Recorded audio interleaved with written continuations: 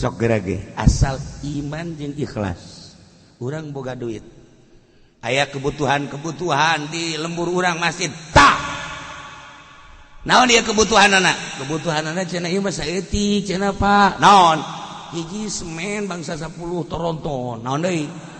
eta bawa semen 10 toronton aju naon deui ieu bae ieu cenah naon ngaranna ieu tanon keramik sabaran ya bangsa kula ngabangunna cenah 50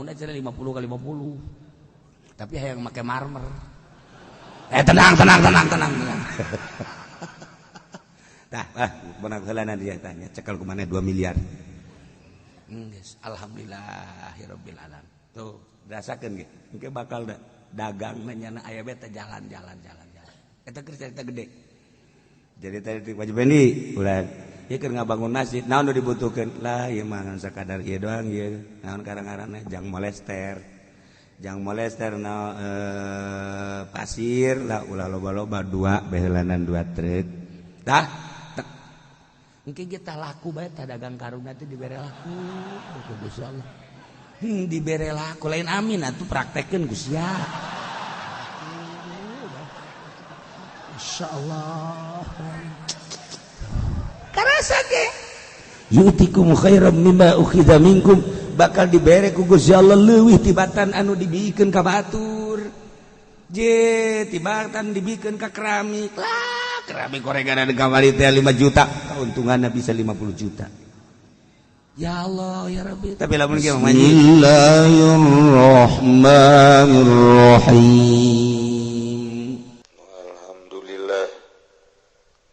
ina awal kamari urang mencit hewana mun dijumlah jadi 42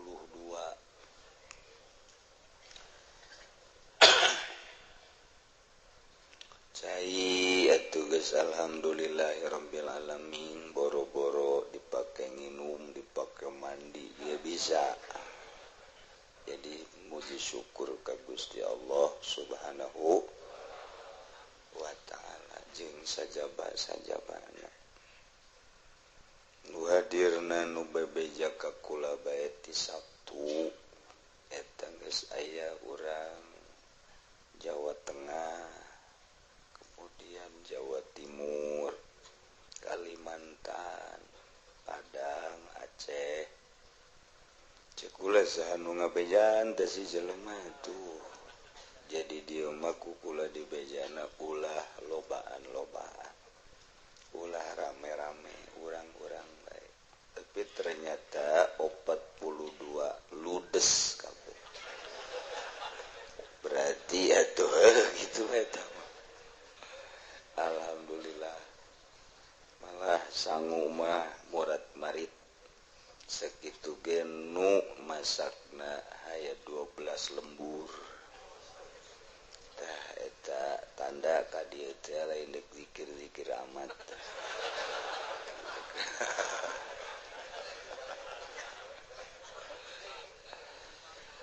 abi nu jelas mah urang boga kanikmatan kesejukan batin zikir urang sorangan memeureun mun zikir kos kitu moal kuat di samping moal kuat atuh moal ngeunah sebab atuh zikir sorangan mah lain deui komo ti penting geus culak-cileuk bae jadi urang kabawa ku ahli Allah nu halaladi ulah disangka nu hariruk doang nu hadir nu pararae ge ratu halaladi ante kadeuleu we ku urang mun kadeuleu atuh sieun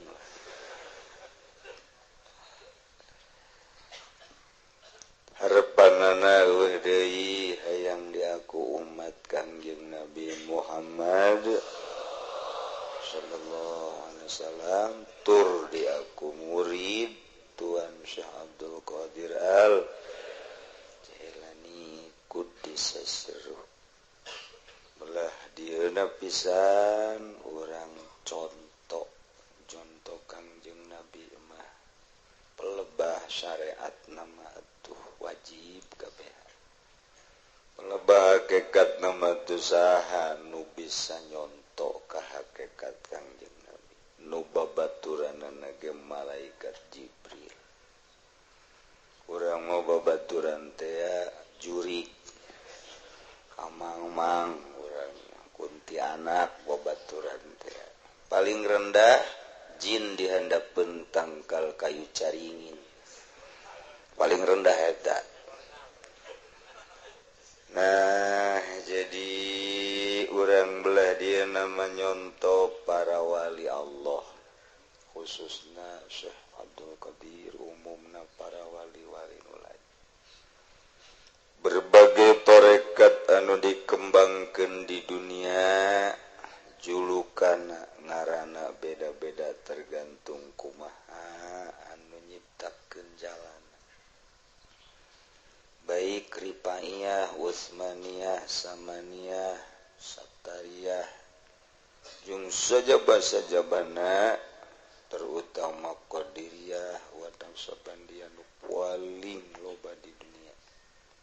intina mah sarua nu mamana ge nu penting mah mu'tabarah aya guruna jeung silsilahna nu mere petunjuk soal jalan-jalan ke Allah melalui jalan khusus nu aya larangan-laranganana kabeh sarua pembersihan batin nu bentuk ngaran naon bae tarekat eta sarua hayang wusul ilallah melalui pembersihan ulah cinta dunia, cinta makhluk, nafsu, syaitan, nu dileungitkeun teh eta bae. Nafsul lawamah, nafsul ammaratu bisu dipikeun narik nafsul kamilah, nafsul radiyah, nafsul mutmainnah. Nu dina Al-Quran dijelaskan ya ayat Tuhan nafsul mutmainnah irji'i ila rabbik radiyatan mardiyah fadkhuli fi ibadi wadkhuli jannati ya ayyuhalladzina amanu ya ayyuhan nafsul mutmainnah nafsu nu tenang ke Allah lurak lirik ka sisi ka gigi neuleumio teu kasuat-suat hate neuleu apan sa kos neuleu kadal bae gitu neuleu inopa gitu keneh neuleu urang Lampung nu putih teh nu nongtot susuna teh teu tiis bae biasa mutmainnah ka Gusti tentrem ka Gusti cek Gusti hei nafsu mutmainnah irji'i geura balik maneh irji'i balik geura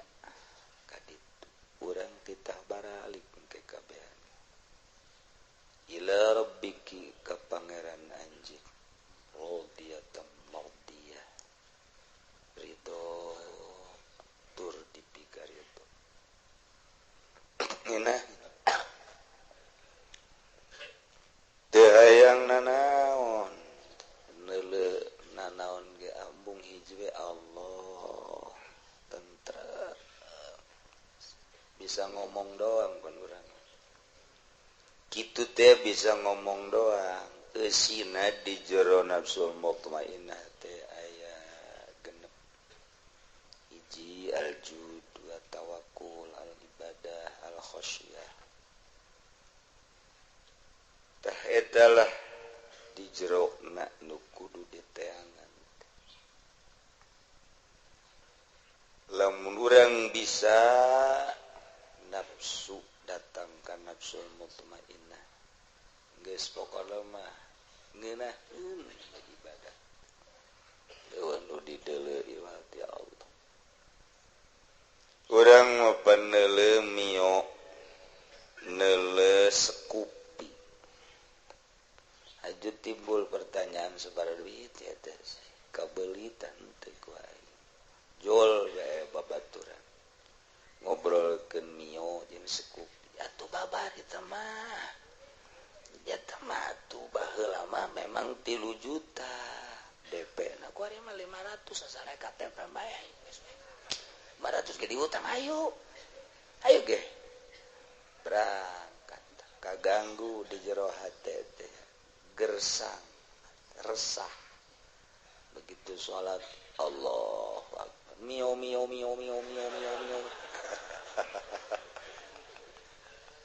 atuh teu tentrem cek Allah pan siapa salat gitu amat pan sia di kiai-kiai ku batur di ustad ayu tu onam tu mau pedagang jeung pemerintah emangnya nama pinarakaeun teh mah jerona mio meureun neureuppan sa sabaraha duit sia teh pamari teh mah ka Cimone ge ditu pasang DP nah sabaraha duit kan DP na 15 juta blon budak Masya Allah itu begitu salat Allah apa sah kredit terus selanjutnya karari itu baik mun urang terus kos kitu teh nu hayang jadi bupati nu hayang naik pangkat nu hayang naik gaji dan lain sebagainya pada desak-desak di jero hate tetep ceuli datang ngeunaheun we eta salat moal bisa kaganggu ajujeuna tu ulah salat lain ulah salat terus bae ngan ulah sok haju wawaliana can datang berarti sia tuh kudu kumaha tuh kiai kudu ulah keluar mulai mun urang hayang ka Allah pasti urang ngajauhan ti dinya ngajauhan di dinya teh ngaranna uzlah jero kamar skocian kamar cek pamajikanana paingan ka haji sok ngoncian bae eta meureun cek kiai uzlah tanya kaji emang eta di jero kamar bae emang uzlah tanah saya polisi goblok bari sia agih utang tama atuh lain ngadeukeutan ka Allah ngajauhan teh pokos kitu jadi sanajan ngasingkeun diri aya motifna beusi aya hansip si aya polisi atuh lain deui terus urang ngadeukeutan ka Gusti Allah dengan cara ngabersihan batin mulai ke nyai-nyaya geus ka dituna moal daek ngridit lantaran gangguan moal daek ngajukeun proposal haram cik ahli tarekat ngajukeun proposal teh sebab dedeuketan jeung dunia ngajauhan ka Gusti geus lamun aya kiai ngajukeun proposal eta teh lain kiai akhirat kos kitu teh kiai dunia terserah teman dituturkeun mangga deuk teh kayaknya sakadar nyaritakeun aya kiai ngridit lain kiai akhirat berarti kiai dunia sakadar nyaritakeun deuk dituturkeun mangga deuk teu sek bae bakal akur ke dongeng jeung nu ngridit. Assalamualaikum. Waalaikumsalam. Ye mobil si anyar nah ngridit karek saminggu. Nu mang haji mah geus sabulan tah. Akur beda poe doang tah. Akur di mana sia showroom mana ngobrol akur bakarna tah. Akur atuh berarti dunia kene. Waalaikumsalam. Tadi geus kebal teh kau panggil. Itu pan keur ngabangun alhamdulillah turun proposal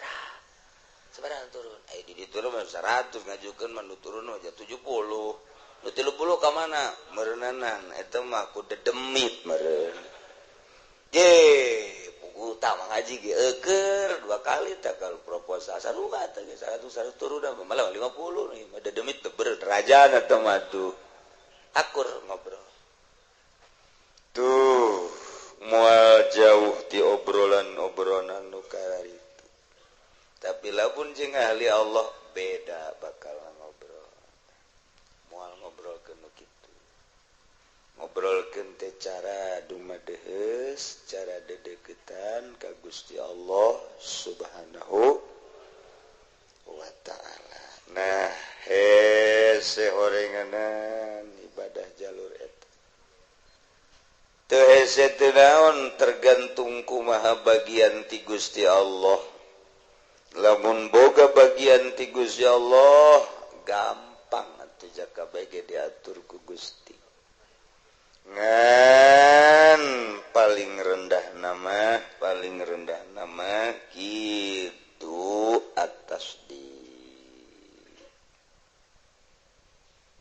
kitu at-tasdiq wa taslim panghandap-handapna bagian mah ngabenerkeun jeung pasrah sakitu pasrah ka ahlina bahwa aya nu bisa cinta ka ahli geus urang pasrah jeung cinta ka ahli Allah urang bakal dihijikeun ahli Allah Subhanahu hese urang nuturkeun Tuan Syekh Abdul Qadir bagi jelema anu henteu masantren nu masantren ge arese gese urang mah tasdiq wa taslim bladieuna ka guru-guru urang nu solihin hese urang mah tasdiq wa taslim geus bae nyana manu ibadahna lain ku hawa nafsu bener-bener ku nurani lantaran sieun ka Gusti Allah terek masinikeun kumaha-kumaha nu dipasinikeun di dirina sieun ka Gusti beusi salah mentak tindakan-tindakanna lain tina hawa nafsu teu kudu kumaha ngan ke tipe-tipe ahli Allah macem-macem tergantung kumaha diberena ku Gusti aya nu cumplang-campling bae lempang teu puguh dumuk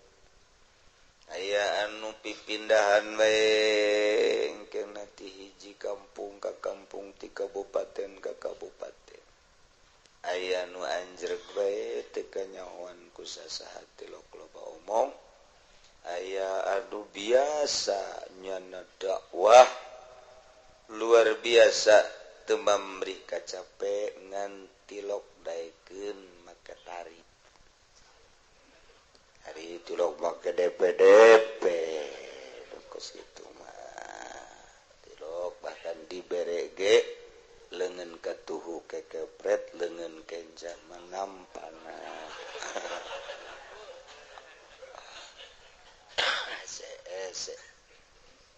gitulah ahli-ahli Allah sepanjang masa satungtung dunia can kiamat aya bae ulah kaget tinggal sing hade dideuleukeun ku urang baik anu selalu musafir maupun anu pundah-pindah nu anjrek jeung sajabana titip lamun kapanggih jeung jelema nu kitu hate urang lempengkeun ulah aya suuzon bae geus urang bakal katutup jeung kahijab tembongkeun ke bakalna beuki turun ibadahna beuki kurang giat beuki kadituna teh teu bagus tingkahna itulah komo datang kang nganyerikeun ka ahli Allah man azali waliyan faqad azantuhu bil harb saha jelema nu nyerikeun ngahinakeun ka wali aing cek Allah teu kudunyana kukumaha aing langsung nu bakal ngarusak sebab aing cinta aing nyana bendu bahaya Allah bae cintaeun mentak diangkat jadi wali kunaon atuh ai si eta keheuleuh asik ade geus kasasa ge urang mah geus ulah suuzon bae sing bagus teh kitab nu kurang dibaca teh kitab para wali pikihna mun lain buatan wali moal bisa loba karangan-karangan dokter Andes profesor doktor lainna kaluaran Al Azhar baca ku urang aju bosen bae geus teu hayang kula sering dikiriman kitab-kitab alalanya rasa dibaca bosen sakumaha maca koran bae eueuh mahnitan tapi coba sapinah dibaca ku urang dibulak-balik kebalik deui baca deui bolak-balik deui tanya kiai kunaon bolak-balik bae tong macana teu kaharti-harti paingan atuh riad coba ge teu bisa dilegitkeun ku urang takrib naik Fathul Muin komo naik ka Fathul Wahab ikna komo ieu mah ieu mah atuh kitab anu luar biasa embahna kitab ieu mah anu boga anak buahna ka dieu Fathul Wahab kemudian Fathul Muin di kitab nu kurang dibaca nu entak lain kitab leutik-leutik Minhajul Talibin kitab luar biasa ieu kurang-kurang nama moal kuat maca kitab ieu mah boro-boro macana nu ngadengekeun ge hajuna rundutan bae teu kuateun nya kitab ieu mah lain lalaga asa kieu geus make kopi sagala masyaallah teu sabatu kitab wali dibaca ku urang coba urang meuli koran Kompas di jalan meuli Merdeka komo pos kota mah aya si Unyilan di hareupna si Unyil teh sakara tuh desa arosok siapa aduh masa tukang maca doyok kabeh ieu mah andak beungeutna ge hampir kos doyok ja cek aing mah Gusti berita lagi bangsa bemo nyungsep eta beritana kos gara itu bae jembatan patah jembatan dengdek jembatan tidak berdiri lagi di mana jembatan antung itu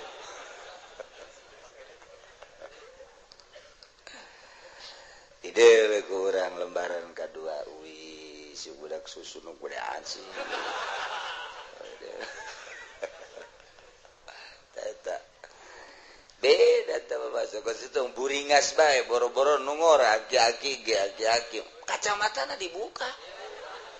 neuleuh kos kitu mah kacamatana dibuka caknya jelas itu make kacamata ge barang maca Quran bae rumek cak heran ieu mah mata asal maca Quran teh kadeuleu asal neuleuh nu kitu dibuka kacamatana goblok teh aki-aki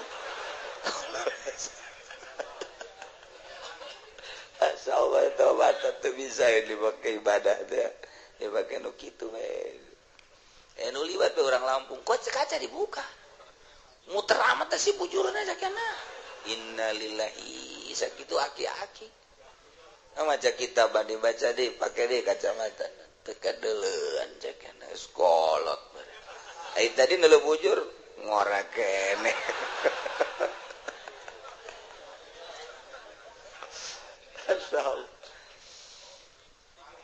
iyalah kitab-kitab wali teu bisa disapiraakeun boga aturan-aturan tersendiri Al-Quran ngatur aya syariat aya tarekat aya hakikat nu ngajelaskeunna kudu ahlina baheula Kangjeng Nabi teu aya Kangjeng Nabi sahabat teu aya sahabat para tabiin belah dieuna mujtahid qaulul mujtahid dalilul muqallid ucapan mujtahid jang dalil muqallid hese-hese amat tuh kos kitu geus orang nuturkeun mujtahid qaulul mujtahid dalilul muqallid dalil muqallid dalil jang muqallid maksudna ucapan mujtahid. Terus kebelah dina kitab mujtahid dijelaskan ku para mufti ahli fatwa. Terus ke dina ku guru-guru urang tinggal di dalam guru urang nu nyekelan kitab salaf eta tuturkeun nu nyekelan kitab-kitab goer salaf ulah ditutur. Ulah engke kadituna tungtung nama ulah usoli ulah kunut teu kudu make kopiah salahna make sempak teu naon kadituna mah salat engke ujung-ujung mah teu kudu saralat budak geus lah tah jadi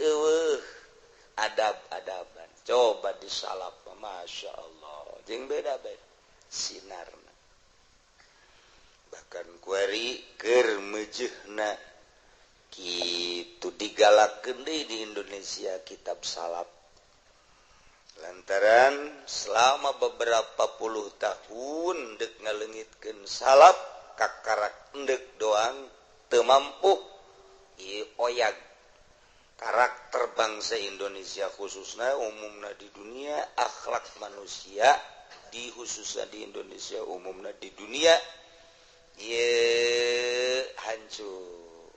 terbawa ku barat sehingga hancur-hancur. Mendak mulayan deui kuari geus dimusyawarah-musyawarahkeun di Jawa Timur, di Jawa Tengah, can datang ka Jawa Barat jeung Banten mah. Bahwa harus digali kembali kitab-kitab salaf bahkan kedutaan Saudi Arabia nu aya di Indonesia kuari geus menganjurkan galilah kitab-kitab salaf. Indonesia punya ulama besar Nawawi, punya ulama besar Kiai Hasyim Asy'ari, punya ulama besar berbagai kiai-kiai yang lain. Cek manehanana coba gali kembali kitab-kitab salaf. Ieu kedutaan Arab nu aya di Jakarta kuari di Indonesia geus menganjurkan seperti eta. Tuh lain lalagaan. Kenapa di Indonesia cek manehanana tidak sanggup mendengungkan kitab-kitab salaf hanya kitu minoritas padahal ternyata begitu digali isinya luar biasa. Nyana menganjurkan tolong kepada jebolan-jebolan Mekah, jebolan Madinah dan jebolan Mesir harap supaya digali kembali kitab salaf. Ulah kaget kesagedeung deui bakal aya hasil daripada musyawarah-musyawarah. Tuh dasar ku Allah meureun deuk dihudangkeun deui salaf supaya kiai-kiai Golkar teh ulah terlena supaya kiai atuh urang atuh kula badek dikukuwakeun atuh emang kieu ngaji salaf mah ngan eta nu goyang-goyang inulona goyang bagus kiai mah goyang-goyang lamun kuari keur mujuna dahsyat kemari di Jawa Timur minggu gitu setelah haul di Jawa Tengah nah ye untuk menembus ke Jawa Barat kemudian Banten ngan begitu diteliti di Banten mah eueuh nu diajak eueuh nu bisa diajak musyawarah coba eta di Banten mah eueuh nu bakal diajak musyawarah sebab intelektualna rendah kerendahanana loba geus diteliti jadi lain lalagaan sebab organisasi ge di Banten mah teu jalan intelektualna cukup asal diduitan supermi 2 uang sabaraha duit kana kamari ngomong atuh sia mental eta mental bos tak teu bisa tah informasi hanya datang ka kula atuh saeutikna andek aya pengajakan ka ditu ngan sekula-kula moal milu hasilna bae. Kenapa pakai tidak ikut embung aing besi aya di koran. Anta kula siga de besi aya almanak aya gambar kulaan sabut belum terido kula. saya gambar kula di almanak berdampingan jeung saha bae terido setika-tikasan cabut belum sakitu bae jadi kula mau embung kikituan foto ditempelkeun ge izin komo di almanak harita aya kiai di Sukabumi geus itu tanpa sepengetahuan kula nyana di Cianjur gitu Cianjur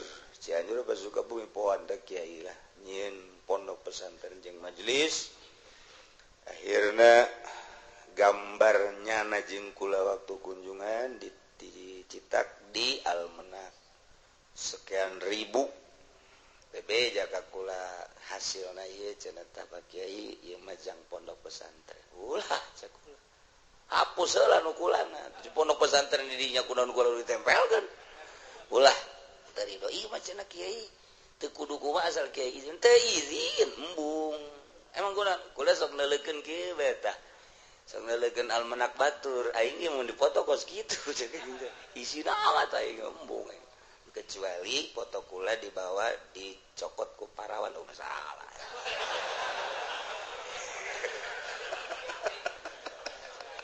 atuh lain deui tah mah intern tah mah kos kitu hubungan bilateral tah atau internal gitu tahu aduh masyaallah si aya ulah terido teh bakola naonan atuh geus kikituan boh pondok pesantren mau majelis salim atau gitu organisasi atau partai atau seseorang ulah kecuali jam pribadi baik tuh ya jadi sekali dia besi kebanggihan nah belum baik masalah lantaran kurang teresep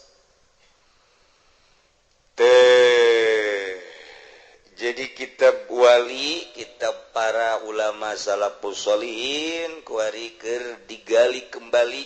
digalakeun deui di Syria kemudian di Pakistan kemudian di India di mana Mesir nah ieu kuari keur di Indonesia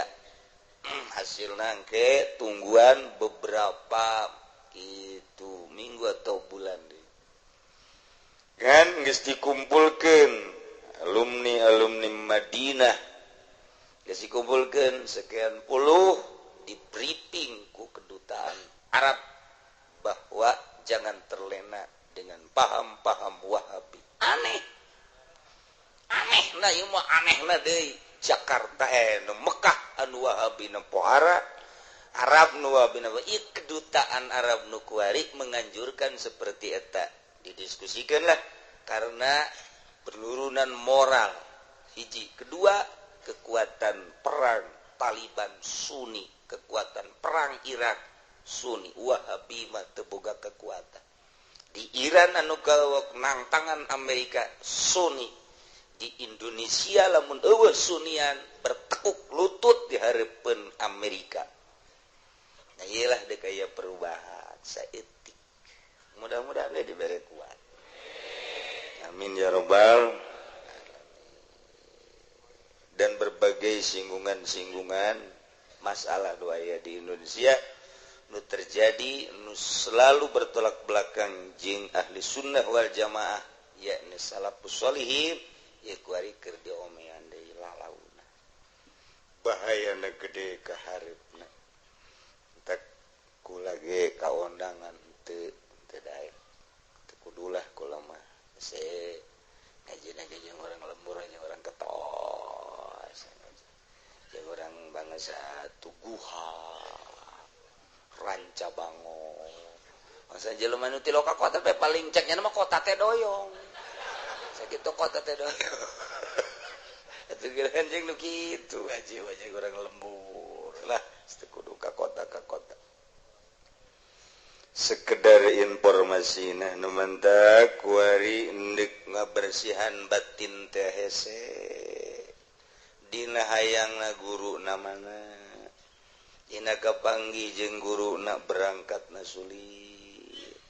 keur carita cara padahal geus boga bagian mah tadi nyanana siap guruna sepanjang masa aya atuh ge beda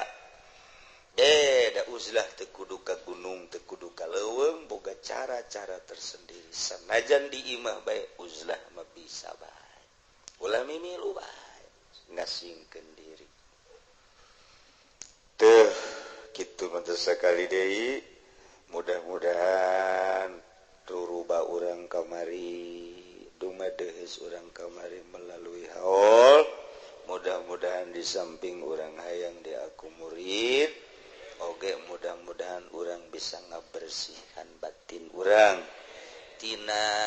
kotoran-kotoran tina daki-daki tidak berbagai nanti menutup kemungkinan saha bae yang tidak terkecuali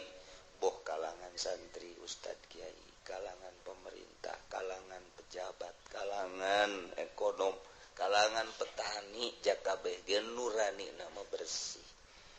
nu ngahalangan teh hubna hubud dunia hubur riasa hubul jahubul mal eta atuh pemerintah kiai bisaeun ngabersihan batin atuh istimewa pembisnis bisa ngabersihan batin atuh hebat kitu keneh atuh petani bisa ngabersihan batin atuh cakep luar biasa komo kiai mah jeung usan mangparati tapi lamun kiai na bae teu bisa ngabersihan batin makin jadi kiai makin takabur makin di kiai-kiai makin ria gede makin di kiai-kiai makin ujub atuh turun berarti salah sautik ka masyarakat sia kiai atuh ka aing teh ulah manghaji malulu ateul aing mah ngadenge sia manghaji batu irah aing jadi kiaina kiaikeun atuh eta aya nu ngomong kitu segala boh Gusti jadi kiai teh hayang di kiai ku jelema kiai mah ku Allah kumaha lamun ku jelema di kiai-kiai ai ku Allah dicalo-calo calo mait cenah sia mah usbugu sama calo tadan dan lain sebagainya ai ku jelema hayang di kiai-kiai ai ku Allah dicalo-calo teu bagus ka Allah we hiji ka Allah tak urang ngaji ge di dieu jeung meureun ai maca mah bararisa ari nyurahkeun atuh bararisa nu bisa mah nu henteu mah teu bae ngan nu jelas mah ieu ngabersihan batin urang ku lempangna ge ka imah dosa urang raragaga eta lamun urang kadeuleun dosa di jalan loba jasa eta barang balik atuh asup deui aduh kapagi deui jeung dosa cak dosa ieu tadi eta aing raga asup deui jana kadinya atuh kitu-kitu kaele tentu masyaallah teu berubah nu kuduna mah hasil ngaji teh jadi daek kudang penting daek salat duha daek maca Quran daek sedekah perubahan berarti ngabersihan da batin urang laga hirup tumal kebal bakal balik jasa ka ditu bakal paeh jasa ditinggalkeun harta urang nu mana bae ditinggalkeun dulur urang nu mana bae anak pamajikan iwal ti urang babarengan jeung amal urang make jeung urang ngaapilainkeun ka amal kesempatan aya harta aya teh daek sedekah ngutuk bakal kesempatan aya urang nasihat teh daek udang kesempatan aya teh daek tahajud teh daek duha atuh rugi amat nu di dunia moal kebal ditinggalkeun ai kitu mah urang boga harta sedekah masjid pondok pesantren majelis salim selagi aya ieu aing jatitipan ti Gusti ke mah ditinggalkeun ieu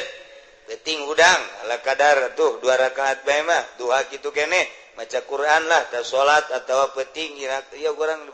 paeh teh atuh geus geuna entet kaparanggi amal tuh ieu naon ieu amal ieu amal sedekah pan leutik amat pan leutik keur ieu meren aduh mah juga aya jakal amat teu gede atuh mangkana cek dana teh nyapetot deui leutik geus ya ieu bakal kapangi kumaha lamun cek Syekh Abdul Qadir mah cek Tuan Syekh Abdul Qadir begitu urang maot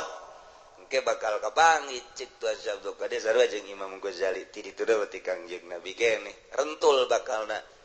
jelema-jelema dibentukeun jelema nu kasep nu setengah kasep nu jore nu hideung terus sentuh dina kitab asrarna Tuan Abdul Qadir sarua dina ihyana itu Imam Ghazali kaparangi ditanya ieu saha ieu loba amat ngaromong kula amal anjeun ngaromong heula tah ngaromong heula tah ieu mah kasep amat ieu pan ieu mah tahajud sakeun alhamdulillah pan leutik amat pan ngan opat kereta ngomong tanya urang teh kaduhung amat aing kaduhung amat keur ieu teh eta pan di kitu-kitu tadi bayang-bayang ku Ustaz Abdul Qadir di kitab As-Sarana masyaallah tah ieu nu hideung amat ieu sok naon-naon ieu ge amal anjeun amal di mana eta nyedekeun si Mbah teh ya can katobatan Gusti Allah ieu naon ieu nya jorenya ngacai bae amal kene ieu naon ieu mah koprok ieu mah ya Allah can katobatan rentul eta urang di jero kubur teh bakal kos kitu Gusti Allah mun urang sering ngabayangkeun kos kitu tah masyaallah merenung atuh amal aing sing ke karasep teh jarore asana paring celang bisa asana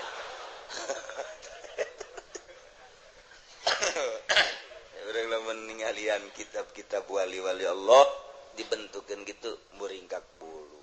datang ka mana urang masyaallah mentek inget bae kadinya tak inget kadinya komo dina tarekat pun kaya tafakur ieu mah keur carita henteu norekat ge inget bae kadinya udang we urang penting inget tah nyieun amal aing nonton TV heula sakeudeung aya main bola atuh tungtungna mah tahajud eueuh eta kos kitu ngalobaan dosa nu ngalobaan amal-amal luar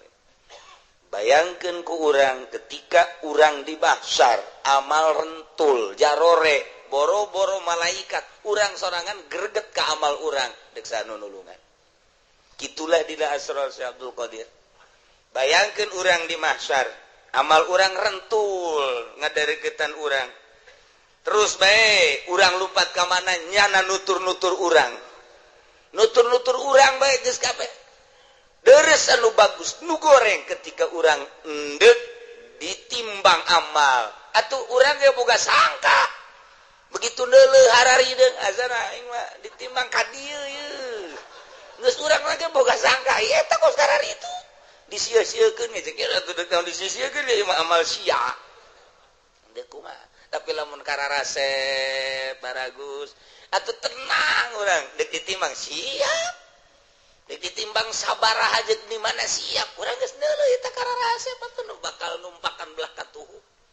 urang sorangan geus bisa neuleuh tah nu hideungna sapirangan dua doang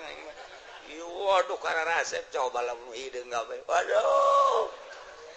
aing puyeng jeung ieu ditimbang amal gitulah ucapan-ucapan Syekh Abdul Qadir bahkan aya sababaraha puluh ilham nu kunyana dikitabkeun dibukukeun ke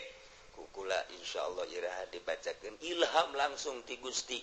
lamun wali lamun Kangjeng Nabi mawahyu bentukna Al-Qur'an atawa hadis qudsi ieu mah ilham dikitabkeun aya kitabna caritaan diri menang ilham ti Gusti anu menang ilham tanggal sekian malam anu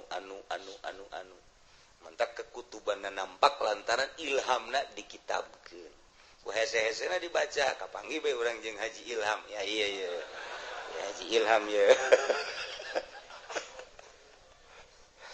datang ka dinya Syekh Abdul Qadir mah bacaan ku urang ilham tadi antarana ilham nu tadi dibacakeun amal urang dibentukeun ti Gusti eta teh dibacakeun nami mas kadar uraian bae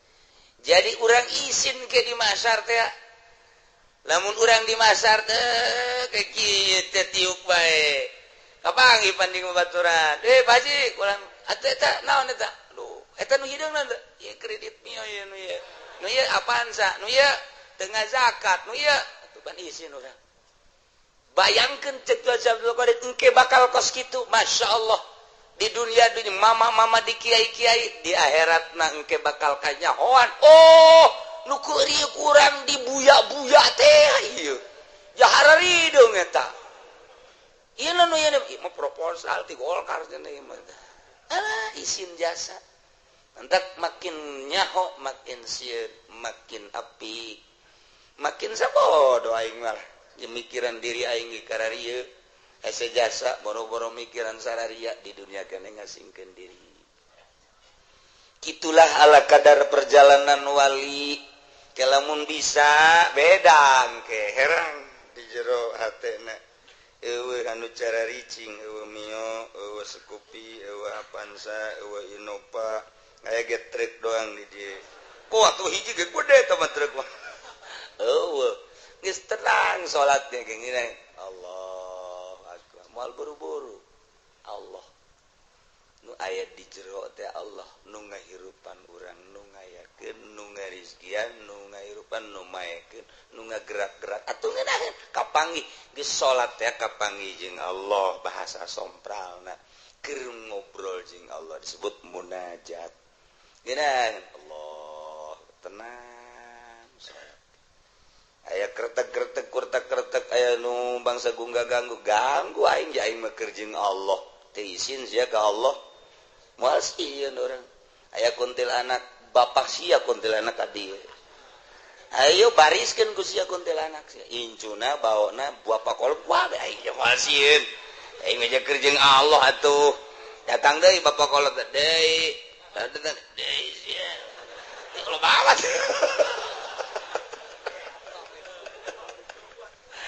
molotot di dinya kasieun sebab ketika urang Allahumma Allah aya berarti sedangkan ayana Allah aqrabu min hablil warid leuwih deukeut tibatan urat genggerong ketika urang Allahumma rzuqni urang teh berarti keur jadi mutakalim Allah nu dihitobanana mutakalim jeung mukhatab teh deukeut urang jeung Allah urang kadeuleuna mah ku batur keur sorangan kadeuleuk ku pamajikan ka haji sorangan bae tadi kamat padahal keur duaan jeung Allah nek sieun naon atuh kadeuleuna ku urang salat di masjid sorangan bae padahal keur jeung Allah nyanana kasieun jeung Allah henteu aya kasieun atuh jeung Allah ketika Allahumma Allah mentak ngadoa ka Allah ngadeukeutkeun diri supaya cak hate teh Allah teh pan aya aya mah disebut-sebut ku aing Allahumma rzuqni lamun Allah mah Allah teh aya berarti deukeut berarti aing keur duaan ketika urang keur ngadoa teh keur duaan jeung Allah tetep bae aya pocong ngalumpat-lumpat keneh kayakinan eueuh tah dek nendeunkeun yakin di jero hate hese jasa dek nendeunkeun yakin tah mah Allah urang mundu mah deus terus ka Allah ke dibere trek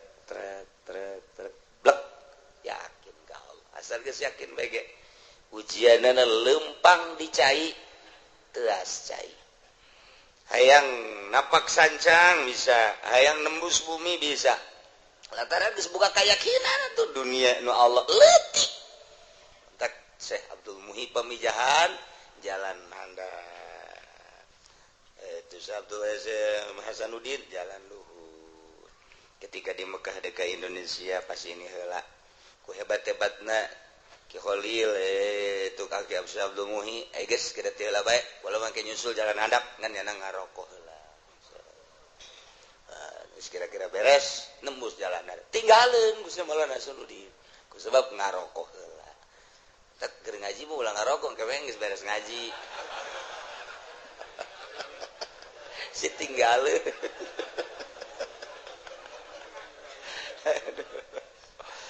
kecuali merenya nak di rokona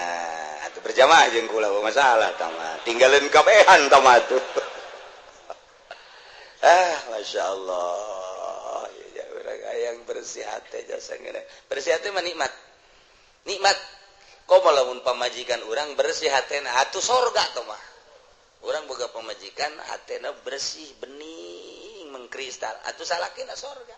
moal marah di kumaha-kumaha ketika orang hayang nyandung atuh mangga ka haji masalah jelah di dunia mal kebeli jeung bersih ka haji hayang masalah kula mah pokona basal digilir bae bersih jasa berarti tah bersih jasa tah hatena tah ibu encan ke kakaraka ambodek nyandung nyen kok koprak 5 geus di kieu-kieu we koprak biasana kok koprak jang kotok ieu jang salaki teu bisa dibobodo ayolah penjernihan hati orang melalui salat melalui ngaji roh orang gak bawa ku urayan-urayan wali sebab wali na ahli ruh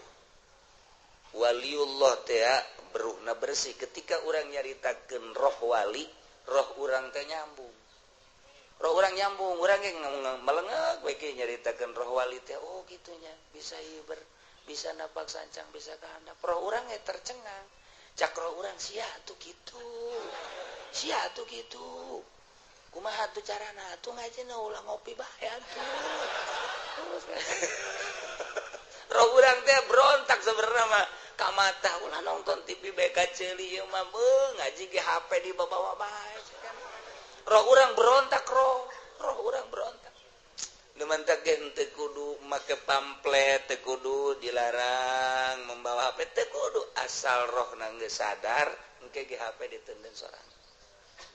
lamun make aturan-aturan kos kitu rohna teu terpaksa engke nafsu nu aya pangaji deui mah guys hayang sebab naon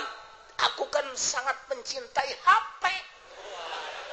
tidak bisa berpisah aku dengan HP teman setia engkau adalah HP sampai mati akan ku bawa cek HP teh iya gua juga teman elu ntar ke neraka bareng-bareng yuk dan mata kahesna ge ngaji teh nyadarkeun diri ai geus sadar mah ke salat ngeunaheun ngaji Quran ngeunaheun HP TV atuh diharam-haram TV cara urang Bogor atuh tetep we di hareupeun guru teu boga ketika eueuh guru mah waduh 27 in kamari 14 gua 27 in luar biasa naon eta rohna teu sadar lantaran teu pernah nyaritakeun wali teu pernah nyaritakeun ulama salafus sholihin nu dicaritakeun ulama proposal dicaritakeun ulama modern teu ashate dongeng ulama kos kitu mah sebabnya nama ngadongengkeun teh bangunan ngadongengkeun perkembangan ngadongengkeun teh debat panas otak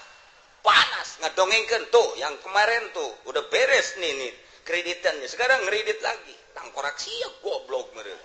panas orang tapi pan nyaritakeun wali mah wali mah teu hayangan dunia jijaeunya roh urang berontak aing mah jaresep keneh nyana berontak jual atuh nu Avanza meuli Innova tuh ngagedean atuh tah mah hendak sambung-sambungkeun roh orang jeung roh kumal jeung roh nu salampurna minimal roh urang teh mengetahui roh urang teh hayang bersih mungkin ka neraka teh ketika ngadengikeun urayan-urayan wali nyana ngadengikeun tentrem hate ngeunaheun hate tuh jadi nyana ge neangan kangeunahan di mana coba ai ngaji ka Cilongok ngeunaheun ye cicing di hadapan tangkal Ambon ke tukang sate bari ngagebegan sate atuh tah mah 5 kali ngaji bisa jadi tukang sate tah mah tuh itu bebe jamaah ngaji roh ieu hasilkeun urusan roh urang boga keyakinan ya kitab buatan wali nyambung hate urang lamun urang kitab gos itu dibaca loba kitab nu modern teu nyambung jeung wali entek disambungkeun ku urang jeung waliullah hate urang roh urang jeung moal kebal ge pararae pan urang geus cara rambung mah teu pan ngeunaheun urang keur nyaritakeun masalah jiroh luar biasa hesena ternyata hese ngalaksanakeunana di negara mana ku ari nu masih keneh bisa dilaksanakeun hanya minor leutik di Indonesia mah geus moal bisa jasa ieu urusan ieu dilaksanakeun Al-Qur'an nu dijabarkeun ku hadis anu dijabarkeun melalui kitab ulama ieu pelebay ieu mah geus nu ngalaksanakeun hukum dah geus lain make hukum Al-Qur'an terserah sekedar ngaji bahwa Al-Qur'an kieu lah ngatur-ngatur soal pembunuhan Adapun teu dilaksanakeun urang sebagai rakyat teu doraka nu doraka mah ti RT ka presiden sakitu wae cak RT sial aing ka bapak bae digaji henteu aing atuh ieu kumaha engke di akhirat atuh engke disidangkeun kumaha beratan hideung apa beratan kasep betul gitu wae amal geus dibejaan tah amal nutur-nutur urang ge bakalna tinggal merenung mah di imah amal aing hideung tah kasep aduh inget bebayang keur ngora teh aduh mawa si doi kakarang bolong baheula waduh aing ojay-oyayan make ban hadana ge teu betus sabah mulai geus teng teng teng lantak tobatan yuk memeh urang maot ya Allah mah maha hampura dosa urang keur ngora dosa urang nu hilap kamari kapeungpeureum tah roh urang berontak tobatan Gusti abdi dosa ka Gusti larangan Gusti ku abdi dirumpak tapi pan Gusti maha hampura deuk ka saha abdi minta hampura lamun lain ka Gusti jeung jenuh berdosa mah manusa abdi teh manusa geus moal balik-balik deui abdi Gusti mah mawa awewe kecuali engke mangge nu geulis deui sial cak Allah teh sia kitu amat tobat mah unjukkeun ka Gusti laporkeun ka Gusti geus gurat batu set moal balik deui abdi rek nyaan abdi sieun ka Gusti bisi isuk pageto maot hampura Gusti mulai hiji-hiji mata urang tobatan celi urang tobatan istighfaran irung urang sungut urang beteung urang dubur urang kubul urang suku urang leungeun urang kolbu urang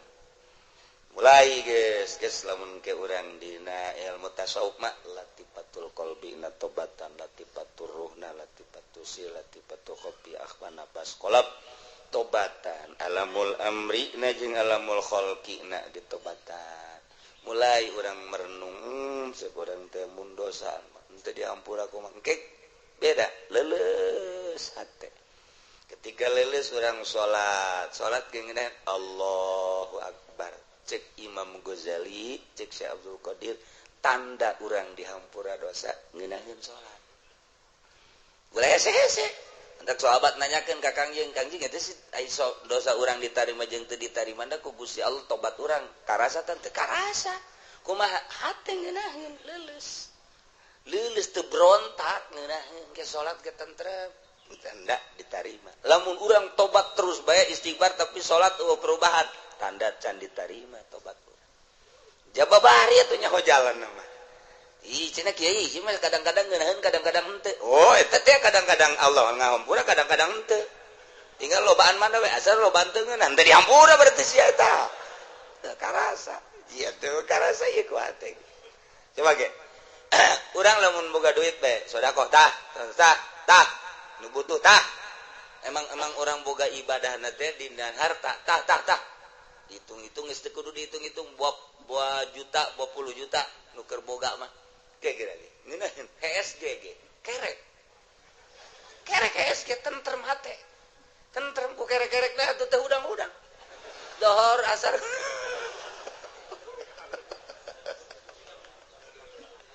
jadi jelas lain gitu ngeunaheun ke salat ge leumpang teu kos boga dosa teh tenang tuh urang zakat keluarga aya fakir miskin bere tah aya yatim tah itu aya pondok pesantren tah aya masjid tah coba ge salat ge ngeunaheun Allahu akbar eueuh gangguan berarti ditarima ku Gusti tapi lamun urangna sedekahna riya mah pagon deui henteu komo nunyeun proposal mah hese husuja Allah geus ditandatanganin can ai koneksi aya tapi can aya habar-habar sialan ghairil maghdubi alaihim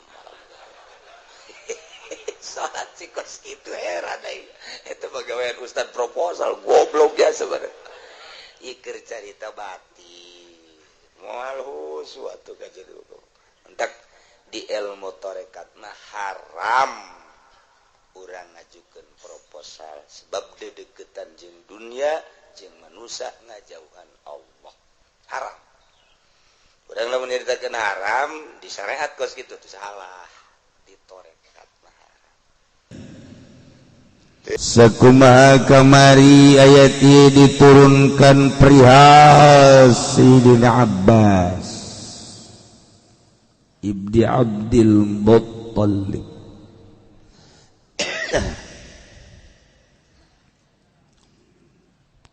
Sayyidina Abbas paman Kangjeng Rasulullah sallallahu alaihi wasallam salah sahiji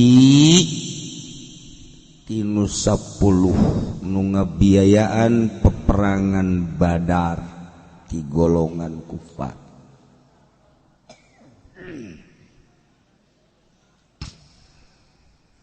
Kena lancar kali.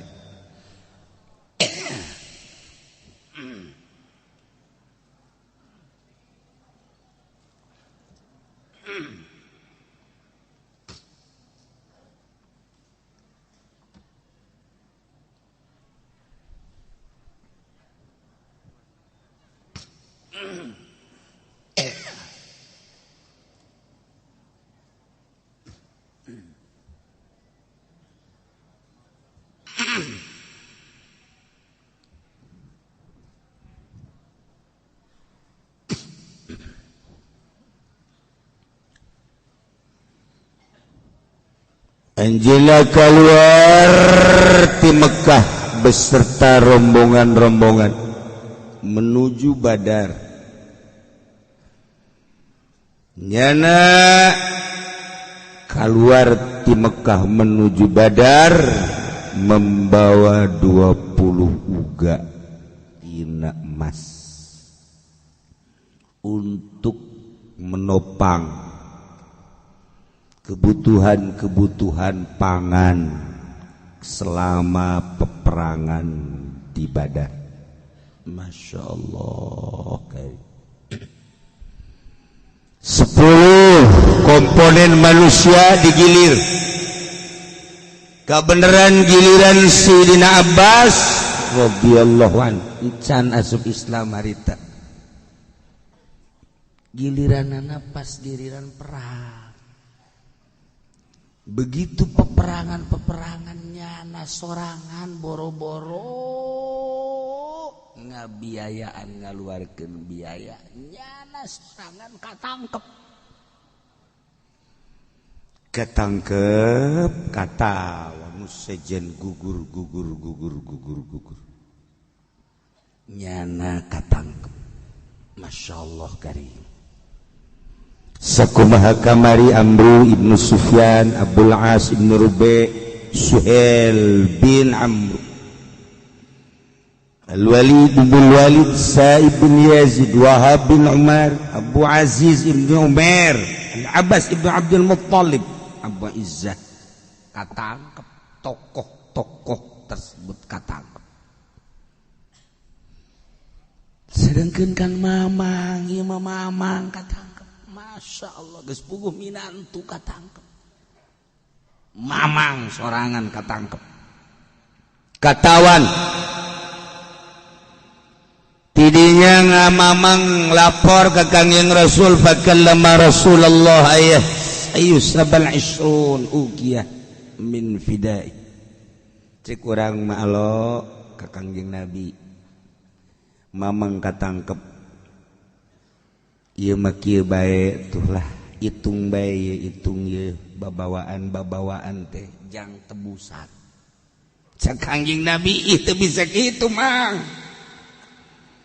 Teu bisa babari kitu aya aturan-aturanana mang.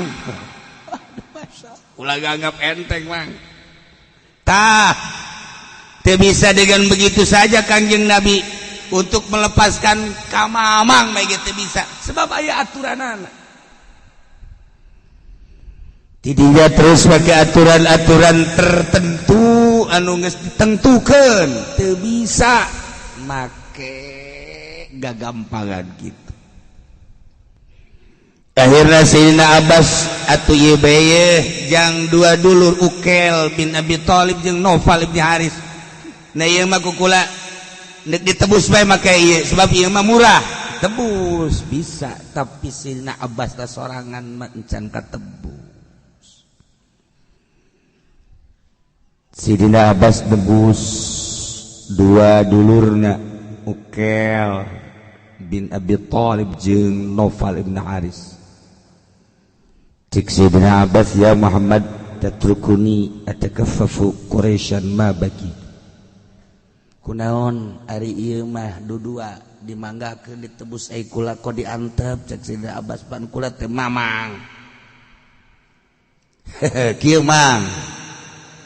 Fa aina dhahabul ladzi dafa'tahu li ummil fadli wa takhrujika min Makkah wa qulta laha inni la adri ma yusibuni fi wajhi hadha fa in hadatha bi hadathun fa hadha al malaki wa li Abdillah wa li Ubaidillah wa lil Fadli wa Fatim yani baina bani mang ari eta emas anu ku mamang dibikeun ka Ummil Fadli pamajikanana waktu emang de kaluar ti Mekah teh cak emang teh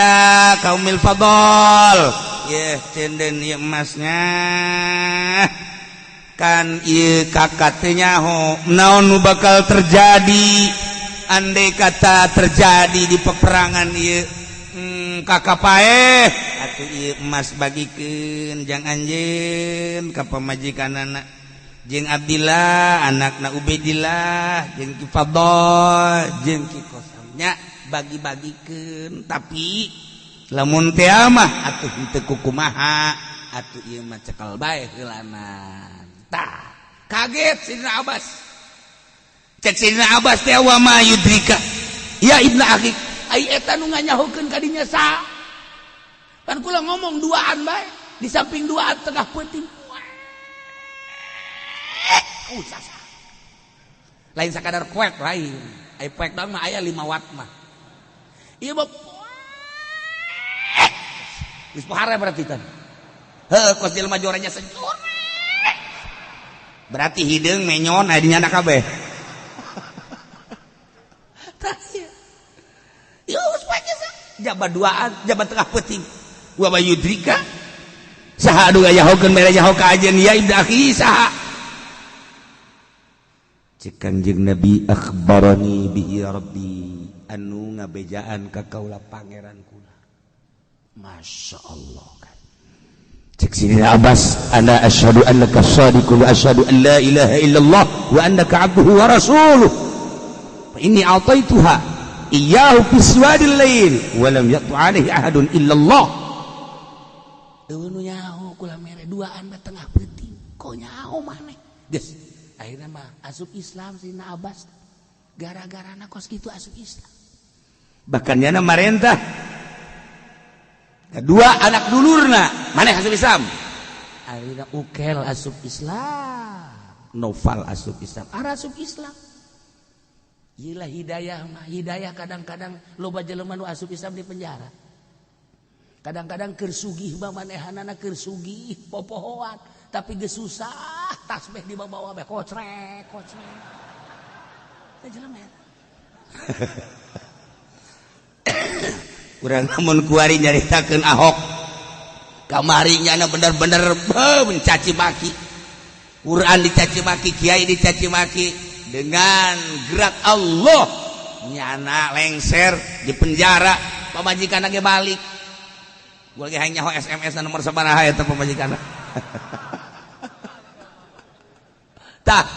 kuari penjara teh bejana boga guru keur mendalami ilmu Al-Qur'anul Karim deuk asup Islam karak endek tapi kan geus mengarah nah ieu kan hidayah mah masyaallah karim luar biasa aya sababaraha urang Cina anu dikirim ti Tiongkok ka dieu kuari asup Islam di kula bae nu asup Islam geus duaan ditanya ku kula bisa bahasa Indonesia no Arab no je English bisa nangan no bisa no doang Masya Allah ditanya you speak English no Ayatan no, yes, no bas. Bisa nangan no doang. Iki Haji Pendi ge bisa na yes jeung no. Bahasa Inggris Haji Pendi bisa na yes, no. Lamun diajak dahar, yes. Mayar, no.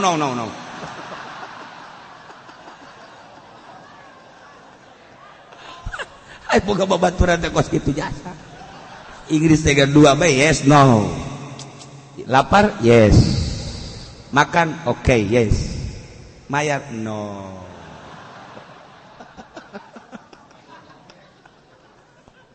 Allah karim. Dailah asub Islam Zira Abbas. Turun ayat ieu. Ya ayyuhan nabi wahai eling nabi qul ucapkan guajan liman katawanan-tawanan fi aidikum nu aya di tangan anjeun Muhammad minal asayani tawanan-tawanan iya lamillahu fi qulubikum khaira mun uningaeun Gusti Allah di jero hate arajeun kabeh teh aya kabagusan yakni iman jeung ikhlas yutikum khairam mimma ukhidha minkum bakal dibere ku Gusti Allah leuwih bagus tibatan tebusan anu dicokot ti aranjeun kabeh mahal tebusanana Sidina Abbas lantaran di jero hatena aya iman jeung ikhlas sok bikeun tebus tetapi bakal dibere ku Gusti Allah leuwih tibatan eta coba ge ternyata Sidina Abbas masyaallah karim begitu ditebus kunci Baitullah aya di nyana saenggeusna kos kitu deui perekonomian nyana nu ngendalikeun nu mantak cek manehanana kula lamun nafakuran ayat ya'lamillahu fi qulubikum khairan yu'tikum khairan mimma ukhidha minkum karasa luar biasa wa yaghfir lakum jeung Allah ngahampura ka aranjeun kabeh karasa pangampura Allah wallahu ghafurur rahim Gusti Allah maha ghafur maha hampuratur maha rahim nu mantak cek kangjeng Nabi Ba'iful fida'a ala lebas wa kallifu ibda akhi tekangjeng Nabi ba'ifu tikalkeun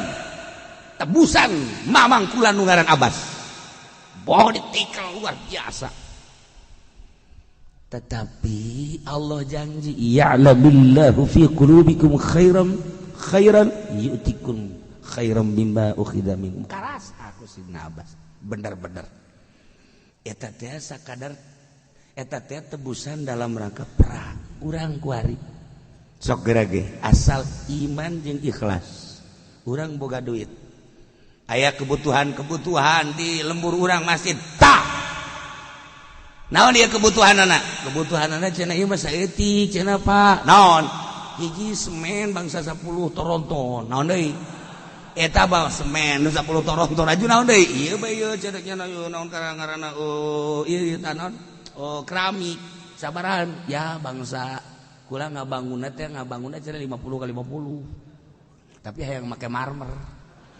tenang tah beunang heulana dia tanya cekel ku maneh 2 miliar geus alhamdulillahirabbil alamin tuh rasakeun ge engke bakal dagang nyana aya beta jalan eta keur cerita gede jadi tadi Pak Bendi ulah ieu keur ngabangun masjid naon nu dibutuhkeun lah ieu mah sakadar ieu doang ieu naon karang-karangna jang molester pasir lah ulah loba-loba 2 behelanan 2 truk tah engke kita laku bae tah dagang karungna teh dibere laku Gusti Allah dibere laku lain amin atuh praktekeun Gusti ya insyaallah karasa ge yu'tikum khairam mimma ukhidha minkum bakal dibere ku Gusti Allah leuwih tibatan anu dibikeun ka batur je tibatan dibikeun ka keramik lah keramik gorengan ada kamari teh 5 juta keuntunganna bisa 50 juta ya Allah ya Rabbi tapi lamun kieu mah Maji iya jang molester ya 2 bae 2 engkel ngeunah bae aing nu usaha aing nu capek sia mentaan ka aing ini sia nu endek transaksi ge nu endek geus jadi ngabatalkeun. Ditelepon baju ya, itu karung yang dua enggak jadi ya. Ya kenapa? Enggak lah, pokoknya enggak aja. Deuk kunaon tuh eta? Nu nawar ngan di kieu-kieu doang, ieu karung naon aja kan. Endek jadi teu.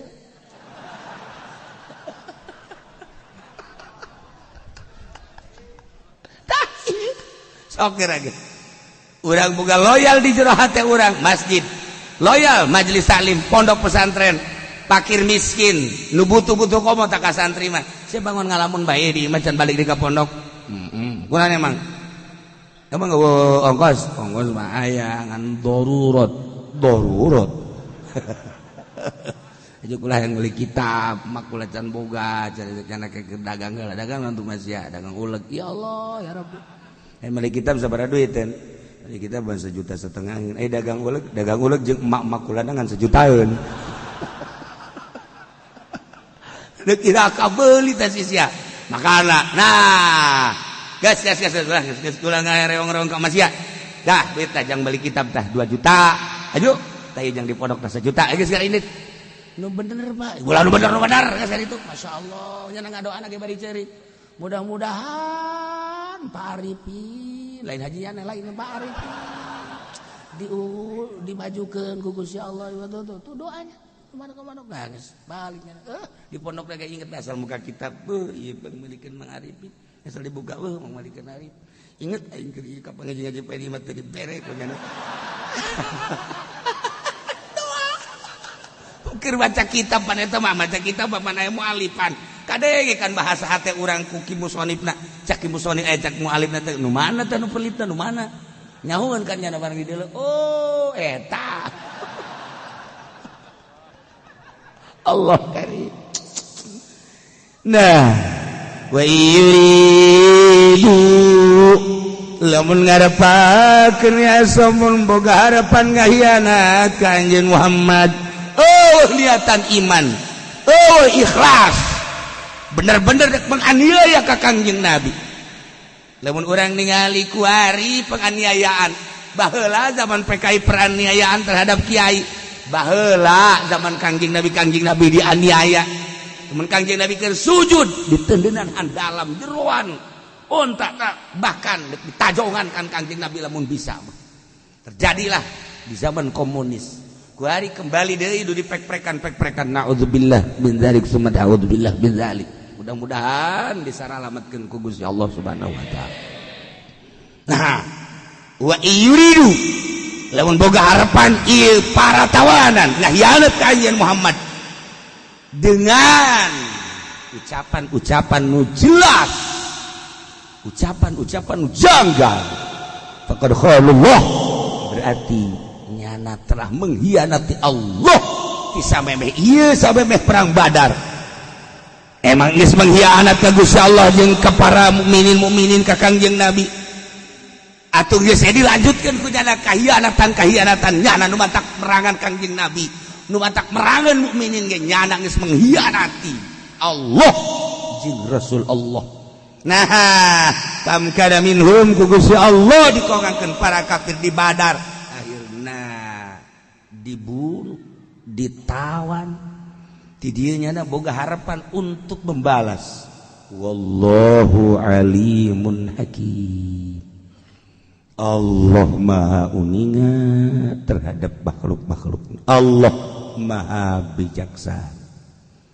Nu mantak segala rupa orang berangkat sesuaikan dengan syariat di jerona tempelkeun hakikat mun tayang ulah kasasaha iwal ti ka Gusti Allah Subhanahu wa taala. Kos gitulah. Selesai perang Badar aya setan keur kieu hamuriring setan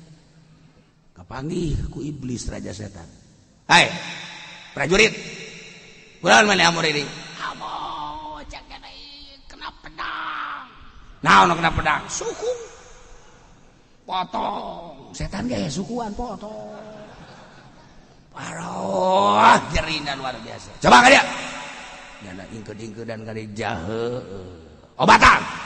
kumaha ngobatanana ajak nenet obat tak eueuh deui teangan jelema muslim at mukmin nu kiih bari nangtung tah obatna eta wah tuh jarane angahan jelema nangtung kabeneran aya supir jeung kenek nangtung deui bener ya serius sih orang Arab aya nu kiih bari nangtung eta ge hese hari teh hese deanganna baheula teh hese beneran aya nu kafir terjadi nu munafik terjadi musyrik terjadi mukmin kiih bari nangtung Masya Allah nah akhirnya kapanginya nah diintip punya nah iya mukmin kiih bari nangtung cokot punya diusapkeun hari tak kere cager mantak ente beusi aya supir kiih bari nangtung cokot eta balurkeun ka awak eta gering sia ka jeung mah ge. Ieu setan bah eta teh ngobatanna cai kiih mukmin nu kiihna bari nangtung. Eta teh bisa pakai obat setan. Masya Allah kali. Makanya ku hari nu ninggi kiih bari nangtung ku hari lama dikondisikeun kiih bari nangtung teh dikondisikeun we. Di mana-mana ge kiih teh bari nangtung ya Allah ya Rabbi eta teh galobaan obat setan. Waduh, urang mah kuari teh yeun segala PPO, yeun segala cap kampak. Nya nama tu produksina babari. Tinggal di deuleuan biasa luki bari nangtung. Ya Allah, ya Rabbi babar. Yes. Cek raja setan iblis sehat teh maneh. Berangkat kuari ka masjid-masjid. Berangkat ka majelis taklim. Hayo. Berangkat. Nyana terus ya setan. Tugas selama dunia aya keleh setan mah terus bae ngagoda asup jana ka masjid aya anu keur maca shalawat Allahumma sholli sholatan kamilatan wa sallim salaman taman nasina pa Jumat Allahumma sholli sholatan kamilatan wa sallim salaman nasina asup ka dieu set Allahumma sholli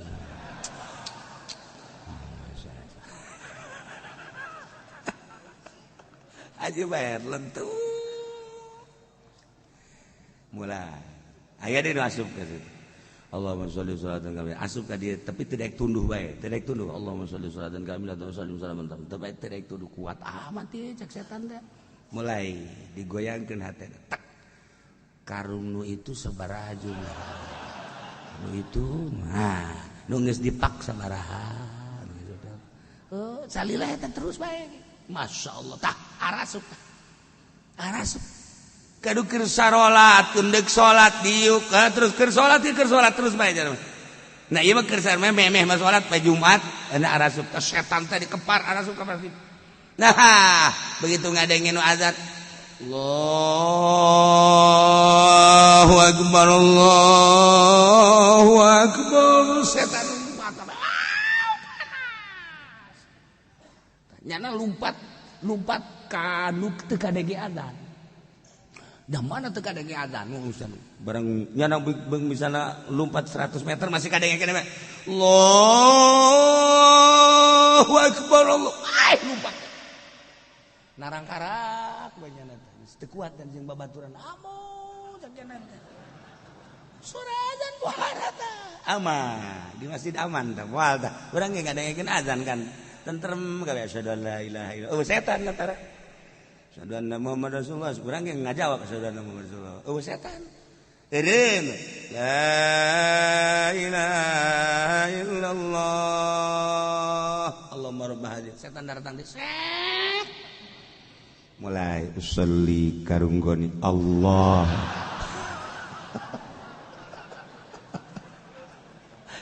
Macam-macam ya Allah ya Rabb. Nah,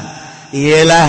kapagi jeung setan gering ternyata obatna nyana teu hese-hese cai kiih mukmin nu kiihna bari nangtung mulai ti kuari sigade urang ulah kiih bari nangtung lamun lain darurat amat mah innal ladzina amanu wa hajaru wallahu a'lam